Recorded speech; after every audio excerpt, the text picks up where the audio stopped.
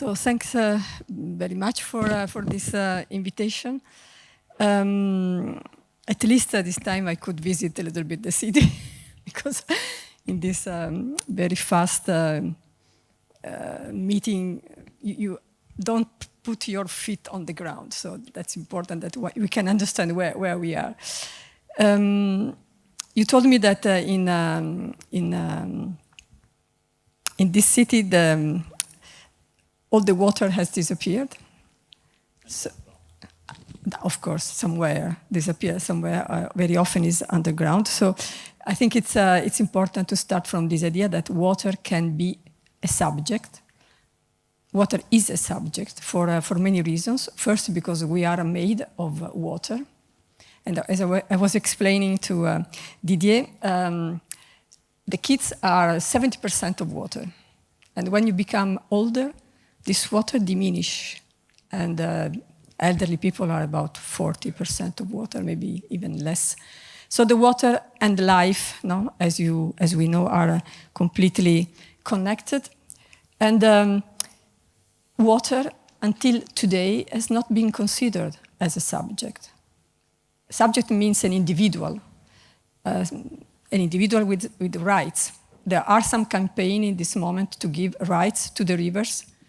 And this is a profound transformation of our attitude in respect to the water and to life.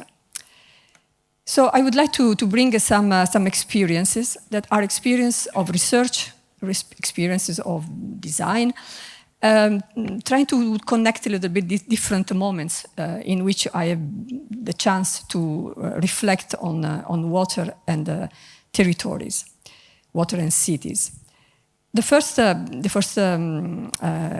case is in the Veneto region, so we are close to Venice, a territory that is very complicated in terms of water presence and water management. And you see here, this is a piece of the dry plain, so less than 50 kilometers from Venice towards the mountain.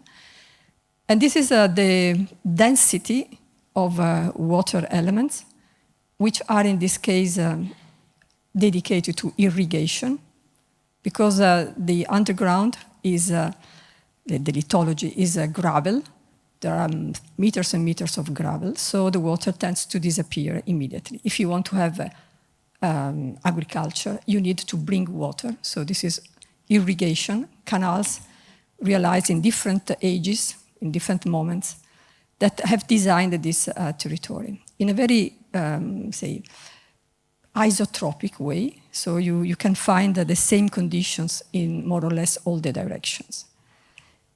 In fact, when you look at this map, the one on the right is the water, and the one in the middle is the street, the roads, and then you have the build. So we understand that this sort of confused settlement organization, what has been described in the terms of diffuse city, is very much connected to the water design. And the water and streets, they work together, let's say. They go in parallel very, very often. And you understand that there is this very diffuse infrastructure related to water that is organizing all the territory. And of course, when you cross this with the type of lithology, you understand that there are very permeable areas, those in the north, so the dry plain. There are less permeable, and also sometimes the water tends to stagnate there. That is the mid-plain, which is much less permeable. There is a lot of clay. And then when you arrive close to Venice, you see the density of the water elements becomes really incredible. And there we are in a condition of polder, like in Holland. So we are until 4 meters below the sea level. And there you have a mechanical system that will pump the water outside of the fields into the lagoon. And then, of course, there is Venice with all its problems related to the water. You start to read the territory with different eyes. As I always say we need to take the position of the water. If we want to understand the water, you have to put your eyes where the water is, at the height of the water. And by following the water, we understand the enormous amount of work that has been dedicated during millennia, centuries, to make our territories inhabitable.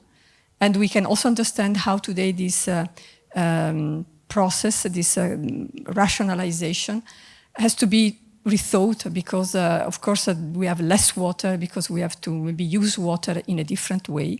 But what is important is to understand that this territory has been created and designed by these forms of infrastructures. And you find them into the territory because those geometries, those tracés, they are still there, they are still visible. And we understand that they are able to organize something that is so scattered, so disorganized, so chaotic. But because of the water, you can find rules, measures, things that repeat, and that's really given by the water presence, which construct also specific landscapes. This is, for example, the way in which a sort of bocage is along the water elements. And I would like now to dig a little bit more in one part, so in the dry plain I showed before. In the dry plain, you have hundreds of gravel pits because there is the gravel that is extracted, and many of them are abandoned. There will be in the future a slowing down of this extraction activity, but nevertheless, today, this is still present.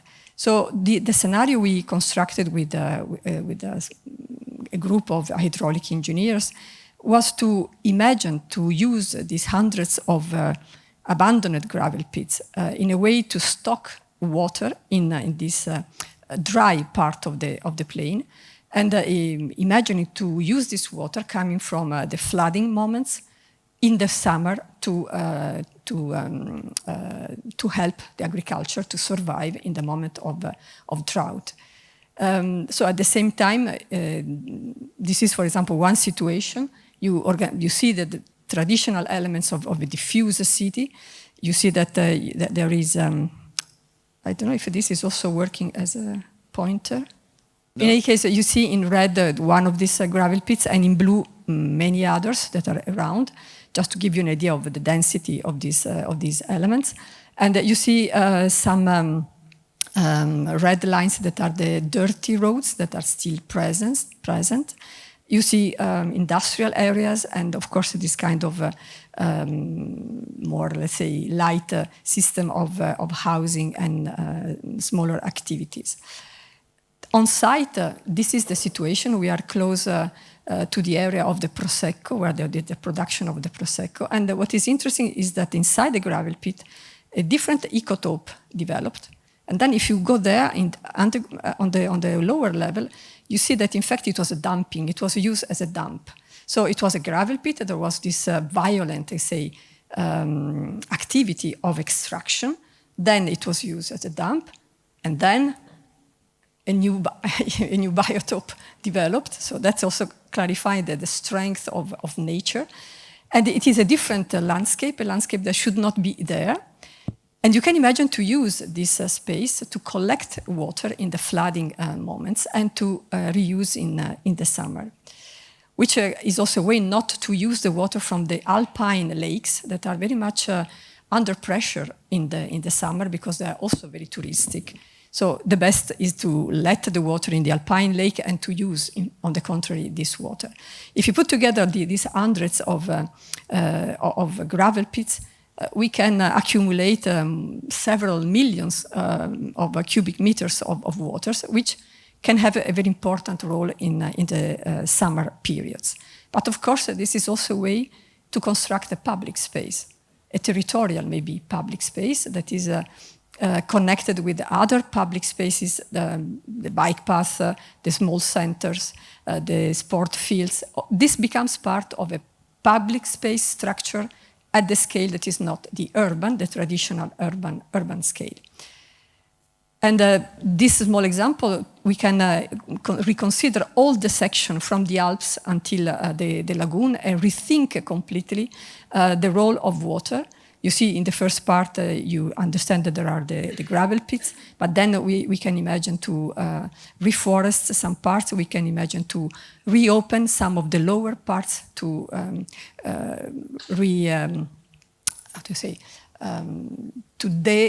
reclaim. So it was reclaimed. Now we can abandon the reclamation and we can go back to the water.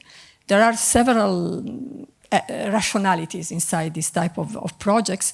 One of them is a political rationality because, as I said, water is a subject, so it's a kind of political subject.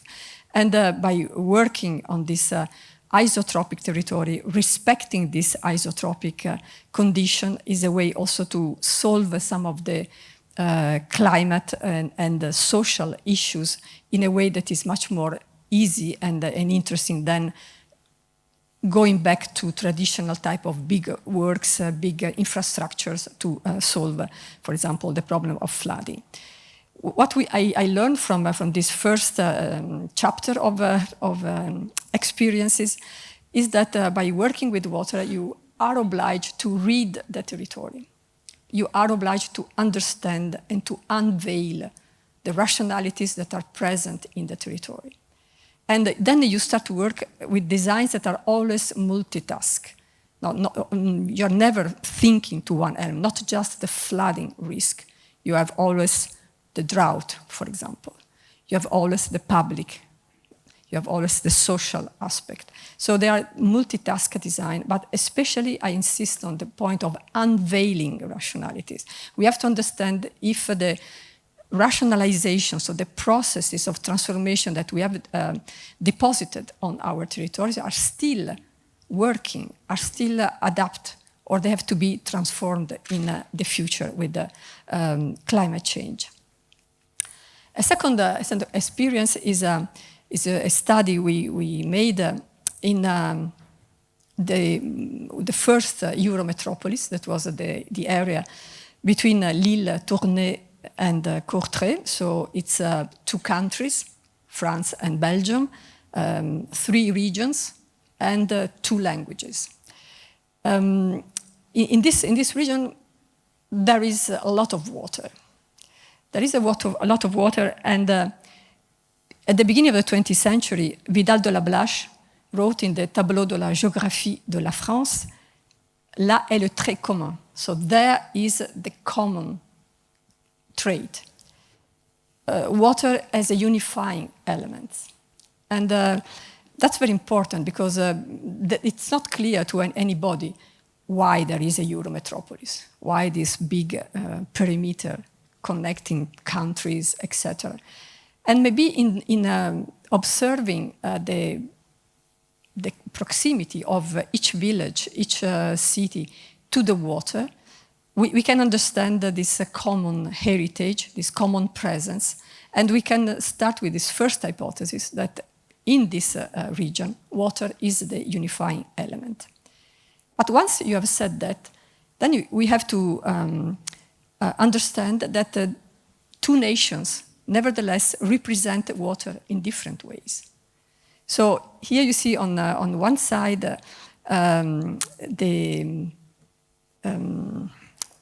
a map made by the Cassini family in the, say, between the 18th century and the half of the 19th century. This is a flat land. So you can see how the Cassini were representing the topography. It's a flat land, everybody knows, now around Lille is not really so.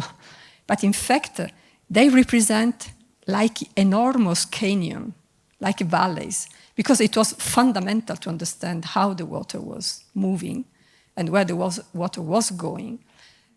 I think this is an incredible representation, but it's just giving you the idea how you can represent water. On the other side, we have the Ferraris map, same period, more or less. That is where you see the water through all the wetland. So these stripes of green are the wetland. And then you understand that there are several rivers that are along those green stripes. But the problem is that today, even today, it's not easy to connect the two representations. And this is incredible. We speak of Europe, and here is Europan, and then we cannot merge the maps about water. We are still in this situation, and that's why we start with the idea of an atlas. But let's say the second hypothesis, apart of the first, that is this unity through the water, is that by working with the water, we can work on this different type of infrastructure for the contemporary city that is not the strong infrastructure of the past, although we can reuse some part of those strong infrastructures, but it's more a weak infrastructure. Why it is weak? Because this subject, now when you use the term subject for the water, we know that subject is connected to many similar words: subjected, subjugated, violated, victim, fragmented. So this is the story of the water. It has been the story in the modern period, for sure, of a subject that has been aggressed, that has been destroyed, that has been made disappearing. So this weak structure, I think, can play a fundamental role in restructuring the contemporary metropolis, or the contemporary city, in a territory, as many other territories, that is constructed by the water. But the working on waters is very complex, and let's say, is a complexity that you cannot simplify. You have to accept this complexity. But we always try to simplify a little bit. So we propose to work on three different forms of water: the corridors, the capillarity, and the groundwater.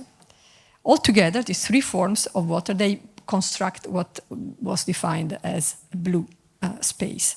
As I said, atlas, summer schools, and a series of actions were proposed. And today, all this work has become a sort of guidelines for the Euro metropolis. What are they, those subjects? We have the main corridors that are today part of the Paris Northern Sea big corridor, where you have a big goods that have to pass. A lot of big infrastructures have been realized in order to have this faster type of corridors. But I want to speak of the slow corridors, those that remained aside, that today are not used practically anymore, but which are nevertheless still very, very important inside a territory. The capillary system are the very small water courses. They are everywhere. Everywhere, all the territory is closed to one of them. And they are really into the diffuse landscape. And then there is the water you don't see, but that is fundamental to be understood. That is the groundwater. And also there we could understand a little bit the conflicts and the risks that are related to the water, and the exchange also of water in between the different regions. The actors, when you work with water, are a plurality, a very vast plurality of actors. Especially in a case of a trans-border situation, you have really lots of different actors. And this is just those that are directly connected to the water, but then you can add all the other actors, the cities, all the infrastructures that can be related to water. There are so many other people around, let's say, the table. That's the fundamental difficulty when you discuss about water. You have to open a very wide debate about any decision concerning water. So some images about the type of work we made with the different universities, especially the university working around, but also bringing students from other universities. Here we are in Tournai. You see all the water system is designed on the floor, and that was a very nice experience. We met on site all the different water actors That's also very important that you can be on site with the different actors. And of course, there are the spaces related to the water, the blue space, which, as in this case, is a protected type of space, is a heritage space, and is extremely, I say, beautiful space, is a cultural landscape. And here you meet a lot of questions. First, you have to be able to read how it works. So maybe you don't know that there are canals, they go up and down. They are not remaining horizontally or going in one direction, but in this case, no, with a lot of locks, lot of locks. They even go up on the hill and then they go down.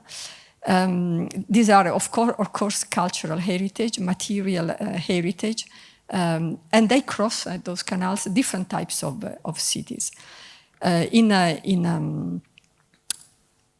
In Lille, so on your left, you have say a kind of middle-class type of city where you have a little bit of green spaces that can be connected to this part of the canal. In the middle, you have a terribly poor part where the immigrants live, where the most of the pollution is concentrated, industrial pollution, I mean. And in the last part, we are in where I took the picture, and it is where the richest live, where the landscapes are the best, etc. So by working along the water doesn't know about social differences, not political differences. The water just passes through, and then you can really understand how to reflect on different social conditions and how this continuity of the water could construct say, a new relations or new links. Because along the water, a lot of things exist. In this case, this is another beautiful canal, the Blaton-Hatt Canal, that is completely unused or underused only for some practices of this type. But in fact, when you look at the maps, you see that practically a lot of services, all schools, sport fields, etc., are just along those canals because the villages are there. And they are very poor villages. So we thought that in this case, the water could be also imagined as becoming an exchange platform or a space where to construct a public life that today does not exist, and eventually to redesign small public spaces along the water. And going towards the capillarity. The capillarity is this type of landscape. You see and you don't see the water, but you see that there are salics. You understand that's a low and a humid area. And they are, as I said, everywhere.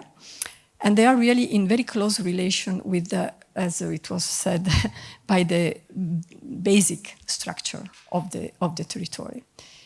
I like to bring this painting from Magritte that represent, in fact, this landscape. Magritte was living in Brussels, and this is clearly this kind of wet, a little bit humid area that is just behind your house, where there is no agriculture, only some animals, eventually. It's not so easily accessible, but it's everywhere. So it's your life landscape, the landscape that is close to your everyday life.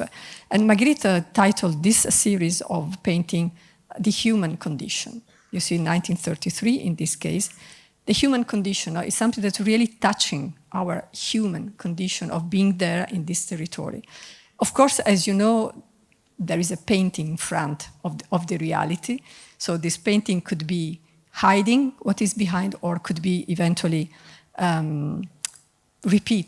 mimic what is behind. We will never know about that. But it is very interesting for me the fact that he decided to represent this very intimate type of landscape. So it is the capillary system. It's a latent hydro landscape. In the Wallonia region, many of them have been completely modified or are hidden today. Many of them are polluted. Here you can see some of their shapes. Each one of them has a name. You can name them. They're really subjects, let's say. And also, at the same time, they can be inside the buildable areas. So the red that you see in the lower image is where you can build. But it's in fact really this low part. And then you have to reflect on, or make people reflect on the absurdity, to go and build into flooding areas and inside such a precious and intimate space. And in the case of Lille, so a bigger city, a metropolis, you understand how the water is still entering the denser part of the city, bringing this kind of humid wetland into in connection with the rest of the city. And you can reflect on the ways in which cities are thinking their relation with the water. The hypothesis of densifying cities is still today very, very present in many cities in Europe. And the pressure that is exercised on the waters is still very, very high. And you have really to reflect on the way in which the city wants to meet the water. And this relation has to be reconstructed. And maybe we have to accept also a certain level of resilience in the sense of accepting some part of this water and not imagining to construct around the water kind of using waters as a central park. Waters needs more space. They cannot live with big walls close to them. In the Flemish region, you have many of this capillary system, and together with this very diffuse type of city, a lot of industrial areas where you can work on new water cycles, purifying and collecting the water. The Flanders region, I don't know if there is someone from Flanders here, but are really menaced by climate change in a very high level. The drought will become extremely problematic for Flanders. Is already problematic, but it will be really even worse in the future. So the idea of collecting, purifying, so working on industrial zones, for example, trying to re-qualify them through the water is a very important theme. And this is also important because you need also to bring some water into the water ground. For example, there is a superficial groundwater that is not easy to use today, while the very deep one is completely, the one in the sand is completely polluted and practically is impossible to use. So the reality is that Flanders has no groundwater that is usable. That's why it depends on the Lille region in terms of fresh water. So this is something that has economic and social consequences and political consequences. And as we know from scholars like Maria Kaika or Zwingedo, there is a very strong political question around the waters. And we understand very well that territories will be in the future also much more dependent on this type of exchange. That's why we decided to dedicate also one year of our study to the groundwaters, which are extremely interesting in this region because there are several types, several levels, and some of them have been completely exhausted, like, for example, the one of the limestone groundwater on the French and the Walloon side, while the one that is today exploited is the chalk water ground close to Lille. The one in Flanders, the sand groundwater, is completely unuseful. So you really understand that territories have very fundamental differences or lack of balance, and all this will be in the future more and more a political subject. So the catchment fields around Lille, part of them, they are already a park. But of course, you cannot imagine that the administration, the city administration can buy thousands of hectares in order to protect all the water that is infiltrating into the territory. And this means that all the territory has to take care of any drop that is entering and infiltrating into the soil, which means that in respect to what is on the land, you have to imagine rules of how to use this territory in function of the necessity to protect the water table. And this means to work on a very, very protected type of infiltration. So you cannot infiltrate unless you are sure you are not polluting the groundwater. For example, the industrial platforms, you cannot infiltrate in this case. You have really to maintain all the water separated, while in other cases you can infiltrate and replenish the groundwater. Again, also here is something that is touching at different scales all the territory. And this is a last case where we understand that there are a lot of industrial areas between France, Belgium, and Flanders and Wallonia. But the Wallonian industrial areas are flooded when it is raining. The French industrial areas are abandoned and polluted. And the Flemish need to have new industrial areas.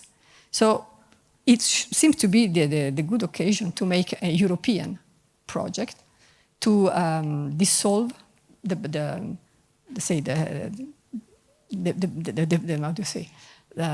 frontier and to open to a different type of collective or common project, which is not the case, of course. It seems impossible to realize, but in fact, on one side, we have available areas that needs to be depolluted and infrastructures, old train lines, etc. On the other side, we have low-quality industrial areas that are flooded every day. And on the third side, we have entrepreneurs that are looking for industrial areas. So it seems that all the elements are there, but in fact, it doesn't work. So to conclude, this study brought 4 themes to construct a sort of blue park. The first theme is the theme of continuity. When you work with water, you work on continuity. And continuity is a theme that is not always present in our cities. On the contrary, we are mainly working on fragmentation and trying to reconnect something. By working with the water, we are obliged to work on continuity.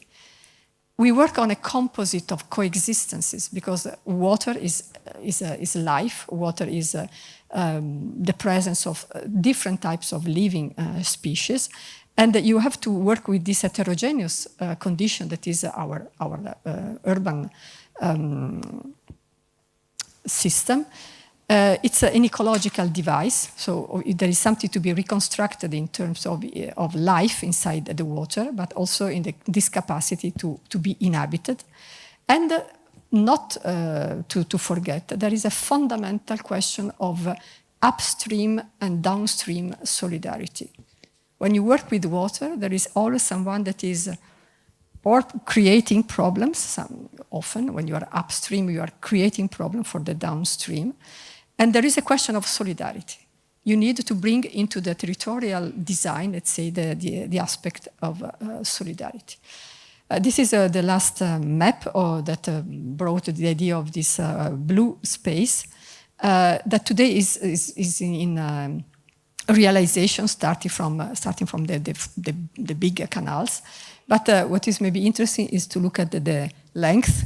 So the canals, the big corridors are 300 kilometers. If you add the capillarity, just the main, the first and second category, we go to 2,300 kilometers. If we put all the capillary system, is 5,440 kilometers. And if you put everything, it's almost 6,000 kilometers of potential continuity, of potential ecological device, of potentially coexistent, of composite, etc., etc. So to conclude this part, I would say that we need to think to what can structure the metropolis of the 21st century. And this weak structure can organize this contemporary extended urban space, challenging traditional drivers and reversing the gaze, because you will look to the territory with different gaze. My third point is related to a different scale, a smaller scale. And here we are in a neighborhood, in a part of Rennes, and is a ZAC, the La Courrouze ZAC, a work that started in 2003 and is still ongoing, not concluded, because it's very big. It's a big neighborhood of, say, almost 5,000 housing unit. So it needs some time. It was polluted. It was very complicated site. The undertitle I put here is Towards an Urbanism of the Living Soil, because we started from understanding the soil of this place that looked very interesting, a kind of nice, fresh, but in fact we understood that everything was polluted and it had to be rethought. The palimpsest of this area is very, very rich. You have a series of layers of different infrastructures and industrial activities. The soil was completely polluted or completely, let's say, modified. And some parts of this soil were still, say, alive. So there was a kind of biodiversity on it. Some of them, the white situations were really completely unuseful in terms of completely dead soils. And some gardens, some green soils were still there. The project, the urban project, is very much related to the previous map. In fact, we didn't follow kind of geometric rationality, but we prefer to follow the rationality of the site by exploring a different type of project. And the water and the soil played the fundamental role in designing this neighborhood. And especially the water trajectories, wadis, swales, basin, ditches, dry, semi-dry, semi-wet, and wet landscapes designed the project. So the fundamental operation of the project are first the ground balance. What you excavate, you use somewhere else, apart from the very heavily polluted parts. And from the point of view of the water, we had to respect the law about water. So you could not evacuate water more than a certain, 3 liters per second per hectare. Practically, we had to transform this place to make an urban part from this site, but this site had to behave as an agricultural soil. That's the meaning of 3 liters per second per hectare. This means that we use topography, this new topography. We had to reconstruct the topography because the soils were polluted. We had to reuse part of the soils to organize this dry, semi-dry, semi-wet, and wet areas to collect the different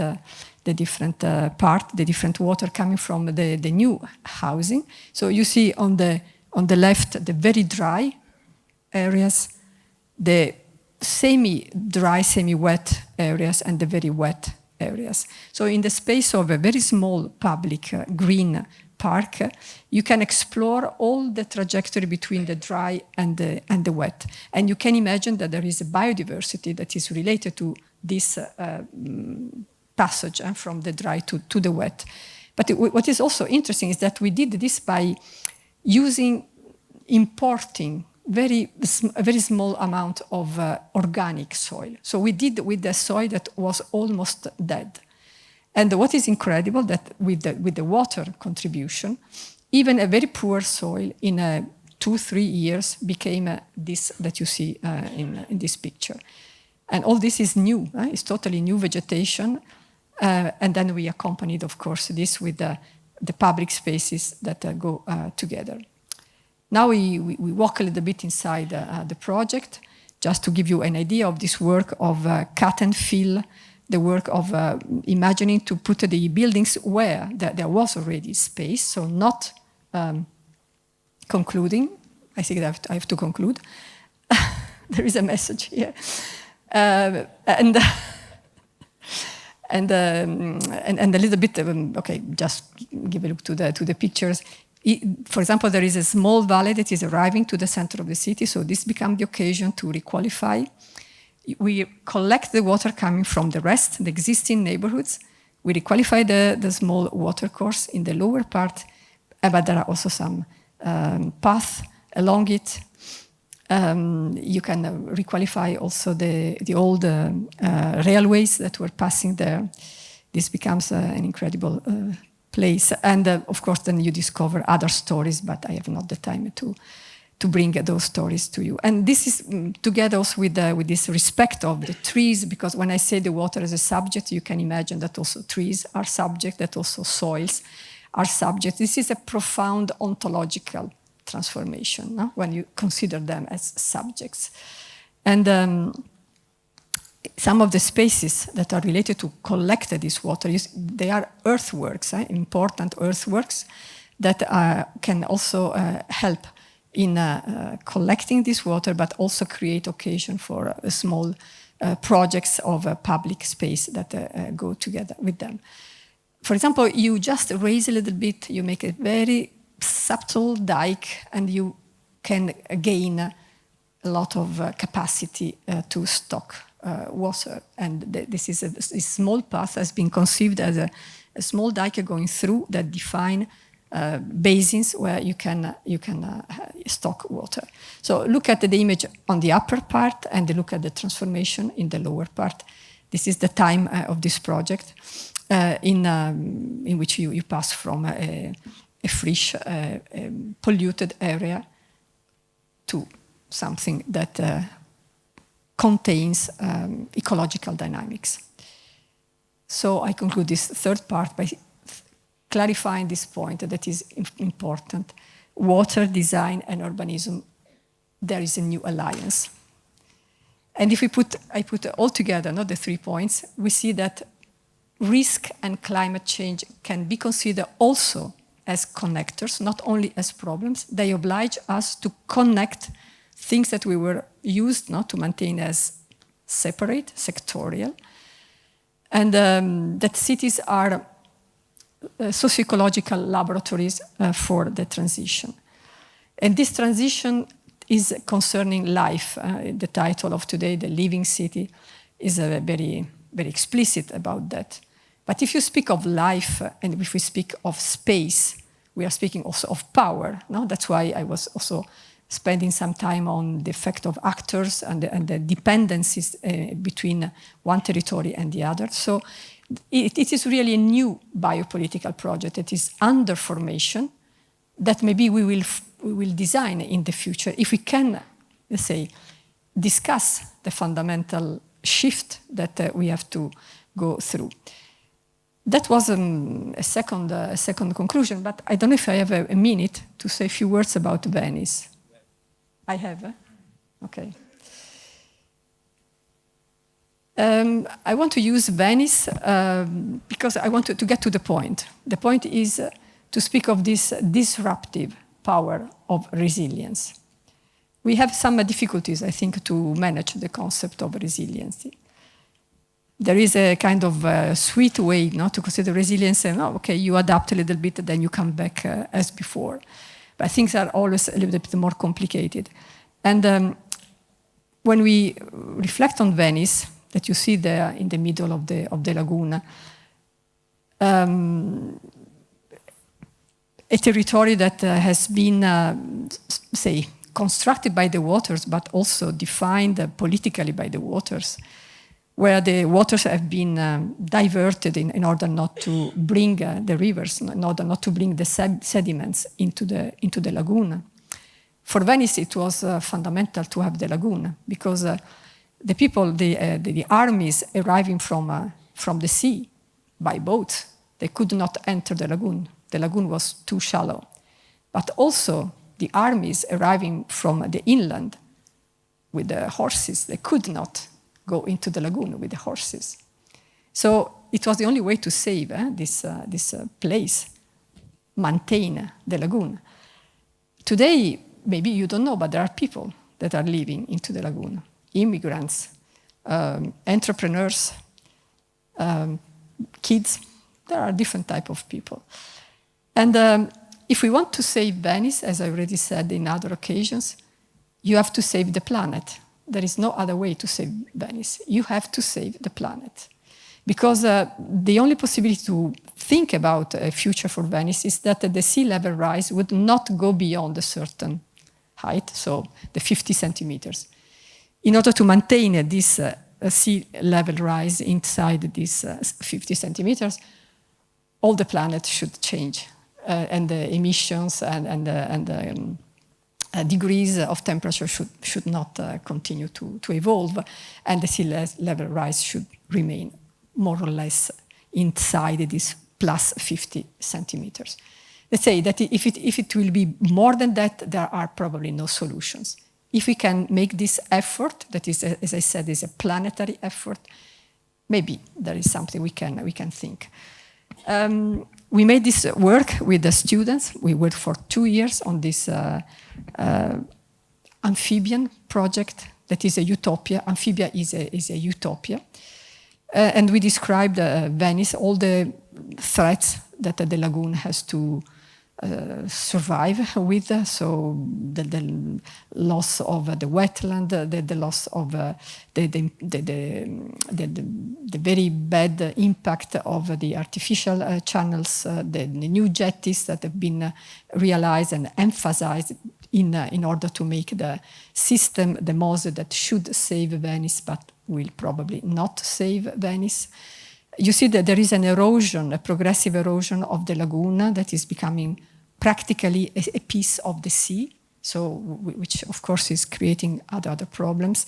There are peak inlet water flow that are very violent, so that's also very devastating for the architecture. And there are scenarios about Venice. There is a first scenario that is to transform the lagoon in a lake, so to close the mouth and to just make a sweet water lake. I think it's problematic, this scenario. There is a second scenario that is say, but you see, in fact, the sea is already inside the lagoon. You see the sea bay, the black part. So why don't we save a piece of the lagoon? We close, the red line is we close it. We can maintain the industrial area of Marghera because it will have its canal going towards the sea, the Adriatic Sea. And then we can eventually also close in the lower part. So we will have this kind of fragmented lagoon. One part of it will be sea, and then you can make your economic industrial activities continue. But of course, amphibia has a different idea. Here we imagine that we can live with the water, that if the water will not raise, as I said, if all the planet make efforts and we remain inside the 50 centimeters of sea level rise. So in this scenario, we demolish the inlets. We bring the harbor and we say, you cannot have an harbor in a lagoon, put somewhere else or use other harbors that already exist. Maybe some of the rivers that have been deviated in the past, we re-put them into the lagoon so that some sediments can feed the lagoon, because the lagoon today is too deep, and this erosion is also creating problems for Venice. So we propose a series of interventions, radical interventions, in order to have a possibility then, once this is done, to start the renaturation and the restoration of, for example, all the wet areas that are fundamental for also lowering down the speed and the strength of the water entering from the sea. So restore the barene, that's the name, and bring new sediments in order to slow down the strength of the waves. But also, you need more space for this water. So you have to go back to the reclaimed land that were reclaimed mainly starting from the 19th century and then in the 20th century. Today, to maintain those areas dry, we spend a lot of energy, so those areas consume, just to maintain them dry, the same energy consumption as a city of 100,000 people, just to move the water, just pumping the water out. So we say, okay, let's stop. There is an agriculture there, but maybe it's too expensive. Today we cannot imagine to have space and that is so expensive in terms of energy consumption. So we give more space also in the inland to the lagoon, and that's also a way also to have a new dynamic flooding edge. And then the different blue is again is a half dry, half wet or water landscape. And from there, the journey of this person that come back from Amphibia and tell us how Amphibia was. There is a video, but I'm not showing you the video, just some images. In black is the story of the past. So the people of Amphibia, for example, destroyed the jetties towards the sea. And then by destroying them, they also close a little bit the mouth that today are too deep, and then the waves are entering with enormous strength.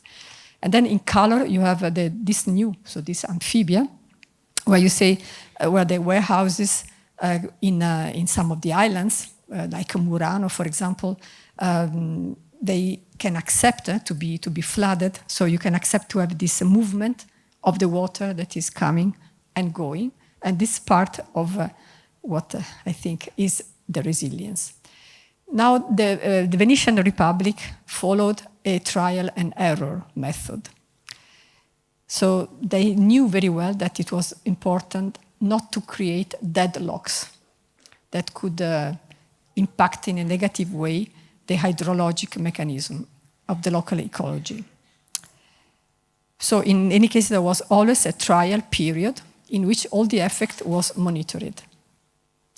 If the effect by the intervention was endangering the lagoon, the process was reverted. If not, the process could continue. Any adaptation work that was done had to be reversible. That's something that if we integrate this in our design, I think that will make some change. And what is also very interesting is that while Venice was becoming an international economic power, in the same moment, the Republic was practicing this policy of conservation to maintain and restore the natural balances that made the living in the lagoon possible. So it has been defined as an ever-evolving testing laboratory where it was clear that there was a fundamental subordination of the individual interest to the collective future good. I mean, these are, for me, sentences that should be engraved in the policies of our cities. The fundamental subordination of individual interest to the collective future good.